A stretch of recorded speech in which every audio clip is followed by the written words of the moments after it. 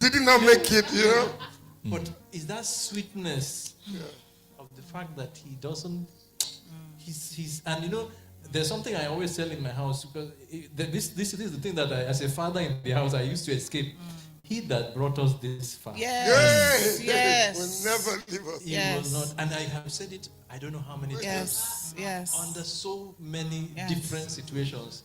And sometimes I say it and I go behind the door and I ask God, What are we going to do? Yes. I have no That's idea like Yes. how Moses. Let's appreciate him for that. You know, the one that readily comes to my mind is when Gehazi is told, you know, he goes to count the soldiers that have come to surround him, you know. He goes to his Oga and says, Oga, the whole mountain. That one says, don't worry. There are more that be with us than be with them. Now one goes back and counts 1,000, 2,000, 3,000, 1, 2. Okay, something, this man has gone sinner. And then the guy turns around and says, oh God, open his eyes. But it was his eyes that caused the problem in the first place. That's faith.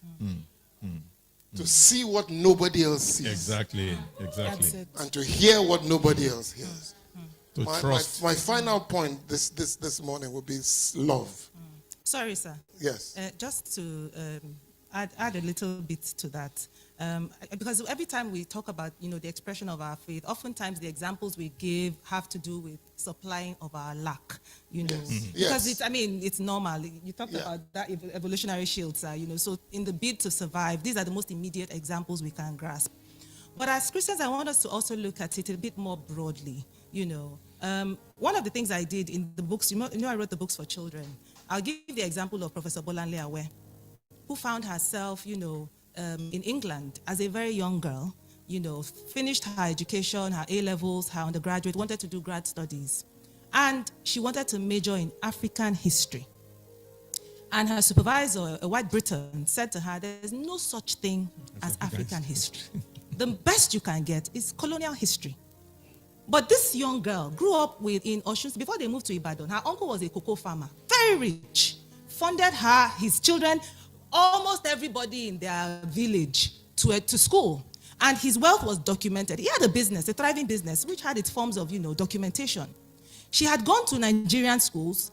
One of her teachers, the teacher who taught her mathematics, Mrs. Igodalo, Nigeria's first female secretary, was her teacher, the mother of Aswe Igodalo. Thank you. You know, these are the kinds of people who had imbued. So to tell her where you are coming from it does not exist, doesn't have a history. It's like telling me this wall is blue and I'm seeing white. So you see, faith, when we practice it, is conviction. It's conviction. It's a God you don't see, but who has spoken to you in such a discernible manner that you take that word and introduce it into a tangible realm and stand steadfast on it when it is illogical. Hey. Now in that room, they told her, because of your impossible choice of subject, we're going to withdraw your scholarship. You're going to go back to the colony, go back to Nigeria. Do you know what it means to come back to Africa, to Nigeria, when they celebrated you? Because you said, no, I have a history. I know it. I know parts of it. And this woman, very tiny in size, diminutive in size, rooted in conviction, insisted. It is because of this woman today that the British curriculum recognized that African history is capable of being taught as an academic discipline. It's not, so I use that example because this thing goes beyond, I didn't have petrol in my car. I stood at the petrol station because God gave me a word. God is calling us to actualize on the earth. Yes. God is calling us to live out certain purposes. There is a kind of business or a system you are supposed to introduce. It will be tested. That's why for every great spiritual, you know, encounter we have, the next experience is a testing. Because even the word temptation is proving. You must prove.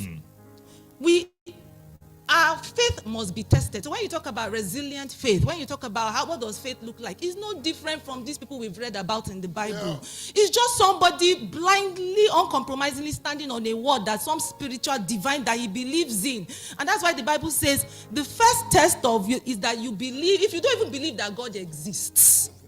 So these things, they are very basic, they are fundamental.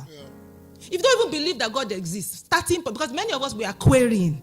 Then if you don't believe that God is more powerful than that or that power, there are many sources of power. Even God acknowledges it. That is why he said King of Kings. They are sub-gods. They are demigods. They have power too. And this power manifests on the earth. That is why people go into the occultic, because they want to extract forms of power. And the only thing about God's power is we can't negotiate. It's at his time. It's at his time. It's at his prerogative. So you must patiently wait on God. And so those are the things we want to bypass those systems. We want it fast. And then what Dr. Adebola said about the psychological toll of poverty is real. Because when I've grown up in scarcity, it's hard to trust. So go back and renew your mind. Yeah. There's a work that poverty has done already on you. Yes. Go back and heal. Yes. There's a trauma, and it's affecting your ability to believe God and exercise faith and practice faith purely on the earth. Can I say something? Wait. Pastor, please, let me just add something to what she said. Very important. When you live in Abuja, you see this trauma. You see people with wealth that you can't explain, and you wonder why is it that they still want to accumulate more and accumulate. It's like it's a condition. They have too much. The house is like an event center. That's the size of the house. It has so many rooms. It has so many cars, and it's still trying to eat from what is supposed to be the commonwealth. That's the thing you're talking about. So if you don't check it at this level and put ourselves, within the perimeters of what we should operate, when we have money, we will not. It's not that we will calm down. No. That's what I realized. Well, yes, absolutely. We won't calm down. We will also, So I just want to add that. Yeah, thank you. Yeah, you wanted to say. Okay. I want to take it from where she spoke. Having faith, resilient faith in uncertain times. And you mentioned why God is called King of Kings, acknowledging that there are other powers. So I know many of us, we only talk about our faith when we get the testimony. And then we think that faith did not occur because we didn't get a testimony. So there are times that you're praying to God for something and he actually doesn't seem to answer. And it looks like the devil actually had the upper hand. So I'm going to give a personal example. Coming from a background that has a lot of occultism in it, knowing that I'm actually contending with certain kind of principalities and powers, and having to lose 2 children, and then having to ask God, save the life of this child, and the child still goes. And then that faith that you once had, that anything you ask God for, he's going to answer. And then you watch that child being buried, you have another, then you have another, and then you watch that child being buried again.